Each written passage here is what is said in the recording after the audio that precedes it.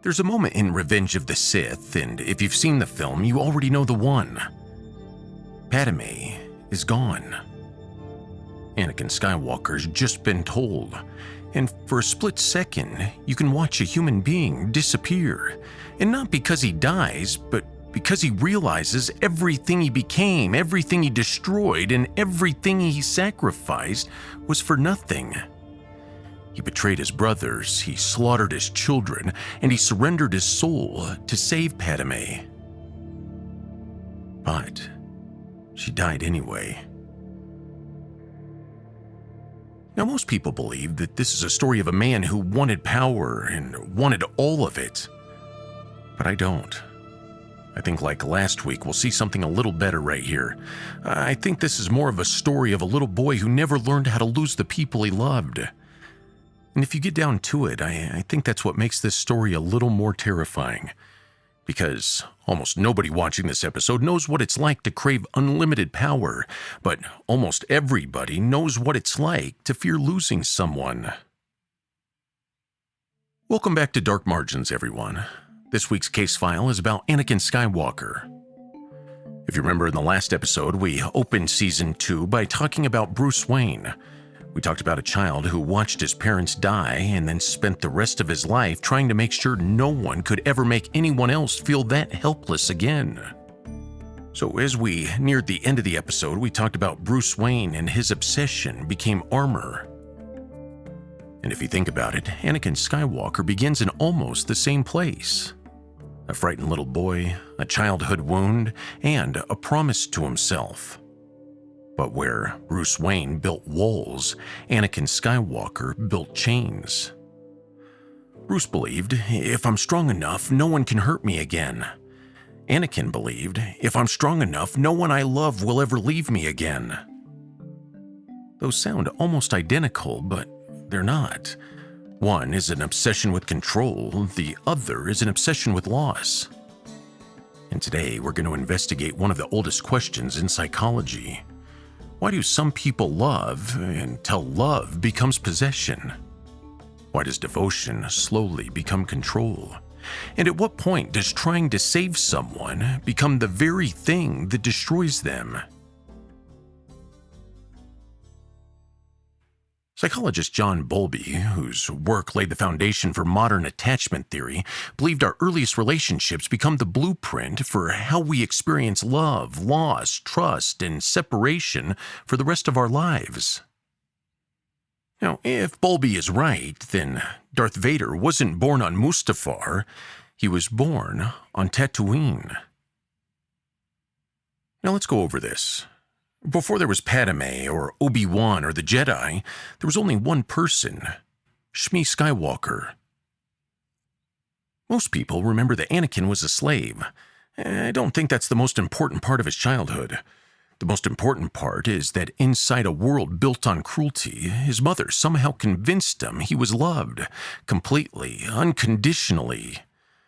For 9 years, she was his entire world. Then the Jedi arrived, and they asked a little boy to do something no child should ever have to do. Leave his mother behind. Forever. Before we go any further, let's think about how amazing this movie was.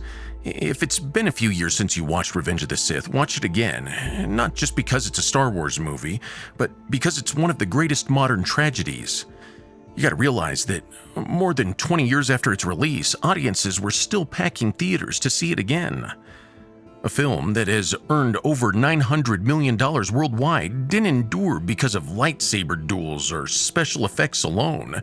It endured because people connected with the tragedy at its center. And when you do watch it again, watch Hayden Christensen's face, watch McGregor's heartbreak, watch every decision that feels justifiable in the moment until suddenly you're watching the birth of Darth Vader. And then ask yourself one question. What if this was never a story about the dark side? What if it was a story about grief?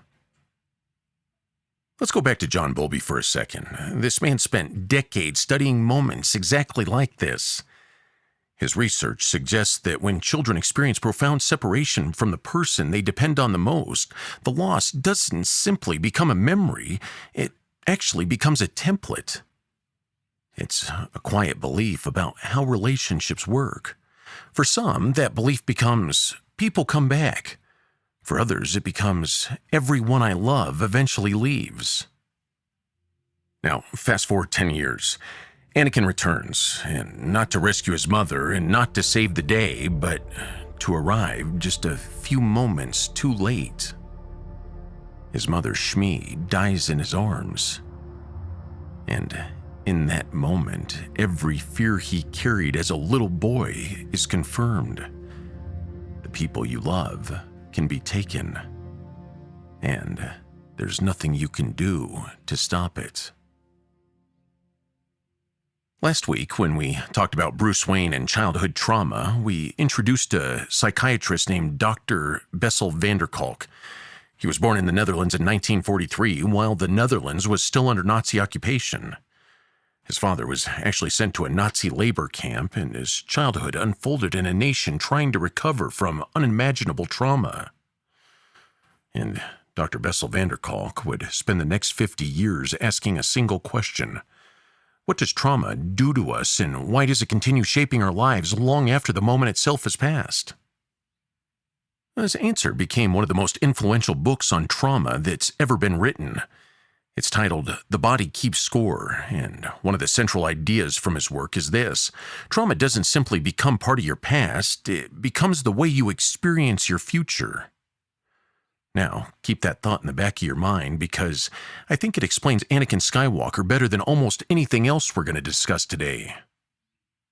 And it's because I don't think Anakin left that desert with revenge in his heart. He left with a promise.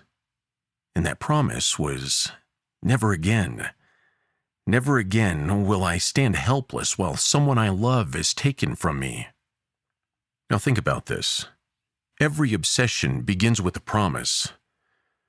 But unfortunately, sometimes the promise that saves a child is the same promise that destroys the man. Now let's get back to the film. Anakin leaves Tatooine, but unfortunately Tatooine never leaves Anakin. And that distinction matters, because escaping the place where you were wounded doesn't mean escaping the wound. Van der Kolk's work suggests that trauma is not stored only as a memory, but it can become a state of expectation.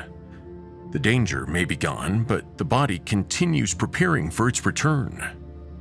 And Anakin has spent his entire childhood learning that safety can disappear without warning. Now, if you remember, Anakin was born into slavery, and a device was placed inside his body to prevent escape. His future belonged to whoever happened to own him. And the one person who made that life bearable was his mother. Shmi wasn't simply someone Anakin loved. She was the only source of safety he had ever known. Then, at 9 years old, he's forced to leave her behind. The Jedi free Anakin, but they didn't free Shmi. And so the greatest opportunity of his life begins with the greatest abandonment of his childhood.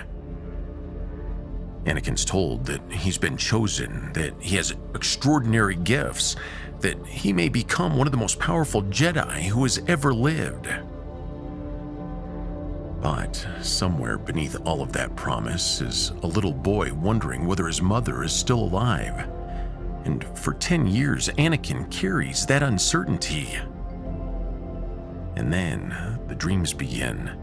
He sees Shmi suffering. He feels that something's wrong. The Jedi tell him to release his fear. But as you and I both know, fear is not a switch, and trauma is not persuaded by philosophy. Anakin eventually returns to Tatooine and discovers that his nightmares were not irrational. They were warnings. He finds his mother tortured, barely alive, and tied inside a Tusken camp. After 10 years apart, Anakin reaches Shmi Skywalker just in time to watch her die in his arms. Not before he gets there, and not after, but while he's holding her. He spent his whole life being told he's special, powerful, chosen, and none of it is enough to save the person who once saved him. In that moment, the child inside Anakin receives confirmation of everything he's always feared. The people you love can be taken from you. You can even see it coming, and you can fight with everything you have. But you can still arrive a little too late. Now, if you've seen the movie, you realize that what happens next isn't justice. Anakin walks out of that tent and massacres the Tusken camp, and not just the warriors who tortured his mother, but the women, the children, everyone. If you've been with us in Season 1, you've seen this pattern before. Edmond Dantes sought revenge against the people who betrayed him, and Amy Dune sought revenge against the husband who humiliated her. Their vengeance, however twisted, remained focused on the people they believed had wronged them. But sometimes, the obsession for revenge crosses that line. We saw it with Medea and Atreus. With Medea, we saw that Jason betrayed her, but her children did not. Yet the children became the victims. With Atreus, his brother wronged him, but his brother's children paid the price. When innocent people become acceptable collateral damage, revenge is transformed into something else. It's no longer justice or retribution, but cruelty and evil. Anakin crosses that line in the sands of Tatooine. The Tusken warriors murdered his mother, but the children didn't, the women didn't, yet they die all the same. This is the first moment Anakin stops asking who deserves punishment and starts believing that overwhelming violence can silence unbearable pain. And we know that it can't, but for a few terrible minutes, it convinces Anakin that it can. And that's the moment the path to Darth Vader truly begins. So let's get back to the movie. Shmi's still dead, the camp's silent, and Anakin must live with what he's done. And when he confesses this to Padme, he doesn't sound victorious. He actually sounds horrified. He knows the massacre was wrong. He knows it violated everything the Jedi taught him. And he knows it violated something inside himself. "I'm a Jedi," he tells her. "I know I'm better than this." That line right there is important. The darkness hasn't yet convinced Anakin that murder's good. His moral awareness is still intact, but in the moment of crisis, his pain becomes stronger than his principles. Then Anakin stands beside his mother's grave and makes a promise. "I won't fail again." Now, it sounds like devotion. It sounds like a grieving son honoring his mother. But hidden inside that promise is the belief that will eventually destroy him. Anakin decides that Shmi's death was his failure. Not the failure of the people who enslaved her, and not the failure of the Jedi who left her behind, and not even the cruelty of the people who tortured her. But his failure. He wasn't fast enough or strong enough or powerful enough, and so he makes himself responsible for something no human being can control. Death.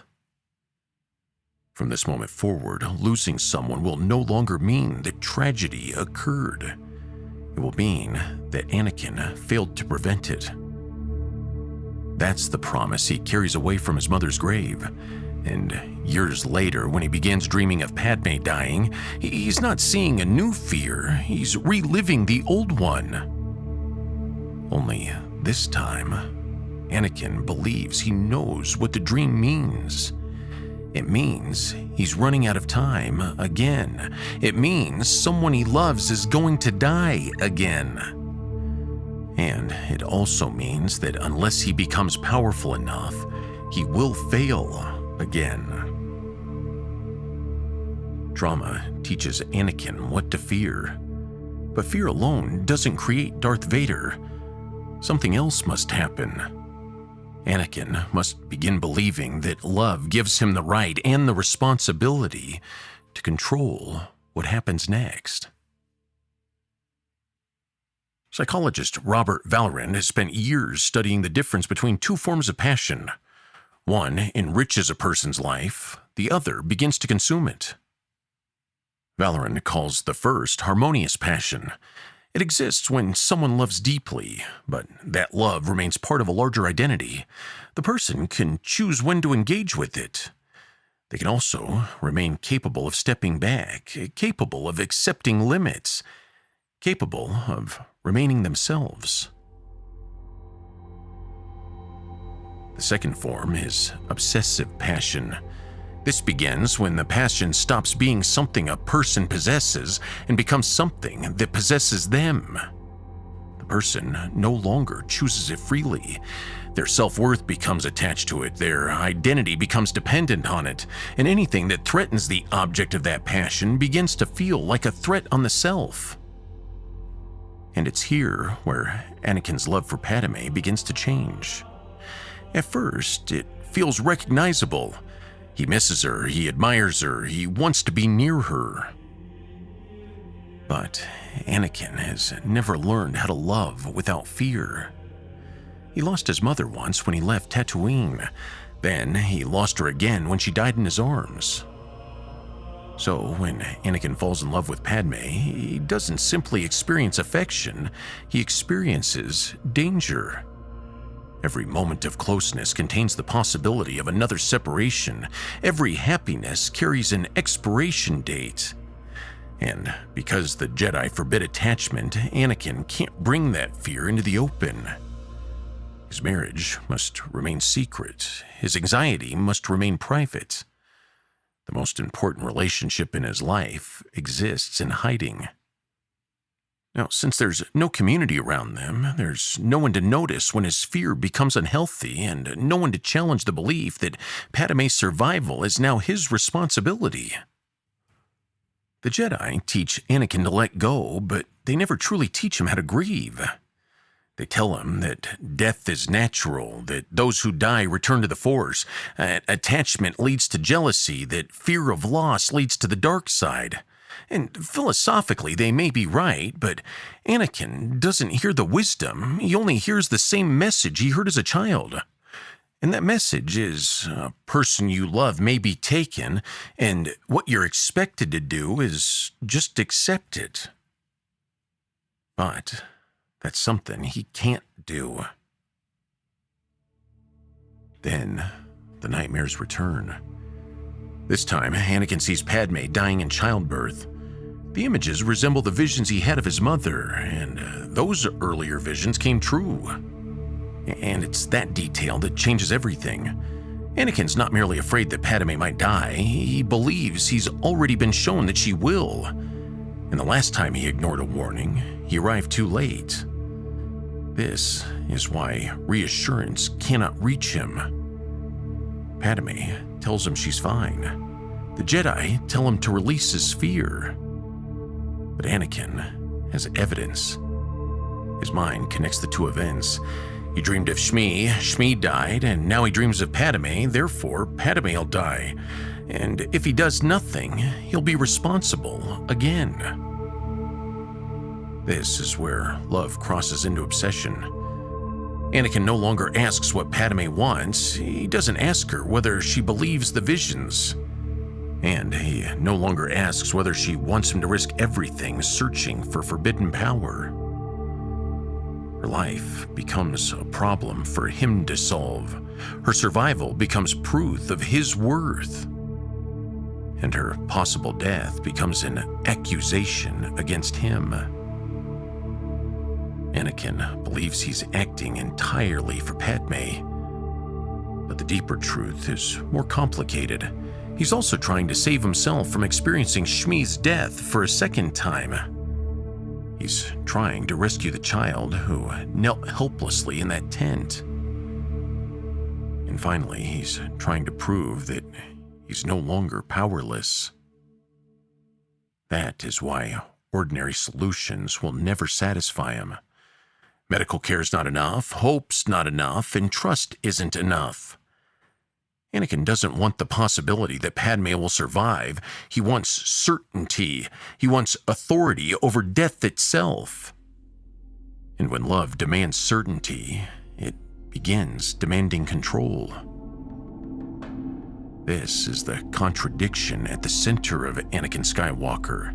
He wants to save Padme because he loves her, but in refusing to accept her freedom, her judgment, and even the natural limits of life, his love begins erasing her. Padme becomes less of a person and more of a symbol. She's a woman he loves, the mother of his child, but she's also his chance to correct the past.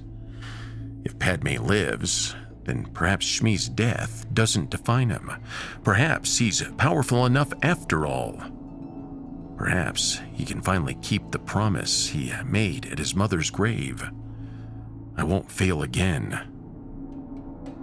That promise now governs him. And the problem with impossible promises is that eventually they demand impossible sacrifices. Anakin begins hiding more, distrusting more, resenting more. He feels that the Jedi are withholding knowledge from him. He feels that the Council doesn't respect his power. He feels that Obi-Wan doesn't understand him. And beneath every grievance is the same conviction. They are standing between him and the power he needs to save Padme. Once Anakin believes that, anyone who limits him begins to look like an enemy. The Jedi are no longer mentors cautioning him against corruption. They're obstacles. Their rules are no longer safeguards, they're chains. Their warnings are no longer expressions of concern. They're proof that the Order wants to keep him weak.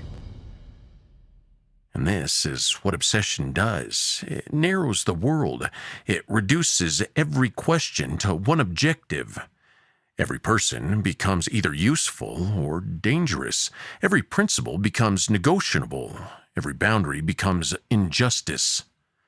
And every compromise becomes acceptable. And this is all because the person believes the outcome will justify it. Anakin's obsession doesn't begin with hatred, it begins with love. But it's not pure love, it's love transformed by terror. He doesn't want Padme beside him as a free person whose future he cannot control. He needs her to remain alive because he can't survive what losing her would mean about him. That's the opening Palpatine has been waiting for. Trauma taught Anakin what to fear, and obsession convinced him that fear must be controlled. And now, someone's going to offer him the power to do it. Palpatine doesn't create Anakin's fear, he studies it. He doesn't place the wound inside him, he learns where it is. And then, very carefully, he presses against it. That is what makes Palpatine dangerous. He doesn't create Anakin's fear, he simply recognizes it. The Jedi tell Anakin to let go, but Palpatine tells him there's another way. And it's not because Palpatine cares about Padme, and it's not because he even cares about Anakin. He just realizes that a frightened man is far easier to control than a peaceful one. So, he tells Anakin a story. A Sith Lord so powerful he could prevent the people he loved from dying. Now notice what Palpatine doesn't do. He never tells Anakin to become evil, he simply offers hope. If there's even the slightest chance that Padme can be saved, how could Anakin walk away? But that's the trap. Because once Anakin believes Palpatine may hold the answer, everyone standing between him and Palpatine begins to look like an obstacle, even the Jedi. And there's a point in the movie that Mace Windu confronts Palpatine, and Anakin makes the decision that changes everything. Anakin intervenes. Mace Windu dies. And with one swing of his lightsaber, Anakin convinces himself there's no way back. That belief is one of the oldest lies evil ever tells. If you've already crossed the line, you might as well keep walking.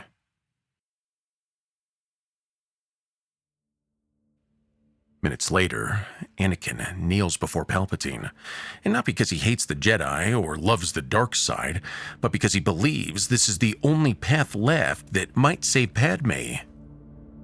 Gotta admit, the irony's heartbreaking.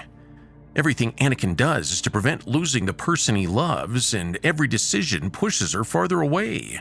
He lies to her, he frightens her, he isolates her. He chooses power over trust, control over compassion, and fear over love. By the time Obi-Wan confronts him on Mustafar, the transformation is already complete.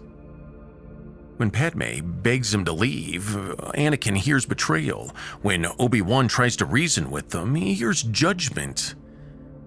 The man who once feared losing everyone he loved now believes everyone he loves has turned against him. And that right there is what obsession does. It narrows the world until only one voice remains. And if that voice belongs to the wrong person, everything else becomes the enemy. Anakin loses the duel, his body's destroyed, Padme dies. The very future he sacrificed everything to prevent still happens. Then comes one of the cruelest moments in cinema. Palpatine tells him Padme is dead. Not because the Jedi killed her, and not because Obi-Wan murdered her, because of him. The one thing Anakin spent his entire life trying to prevent was brought about by his own choices. And that's the tragedy. Darth Vader was never created by hate. He was created by fear. Fear of loss, grief, failing the people he loved. Which brings us back to the question we asked at the beginning. At what point does passion become obsession? Perhaps it's the moment love stops saying, "I want what's best for you," and starts saying, "I can't survive without you." Because the moment another person becomes responsible for completing us, or protecting us, or giving our life meaning, love quietly becomes possession. And possession always demands control. Anakin Skywalker never stopped loving. He simply became so terrified of losing love that he destroyed himself. Because we know that the Force didn't fail him, or the Jedi didn't fail him, and we know beyond a reasonable doubt that love didn't fail him. But it was fear that failed him. And maybe that's why this story still resonates nearly 50 years later. Because very few of us will ever wield a lightsaber, but every one of us will someday face the temptation to control what was only ever ours to cherish.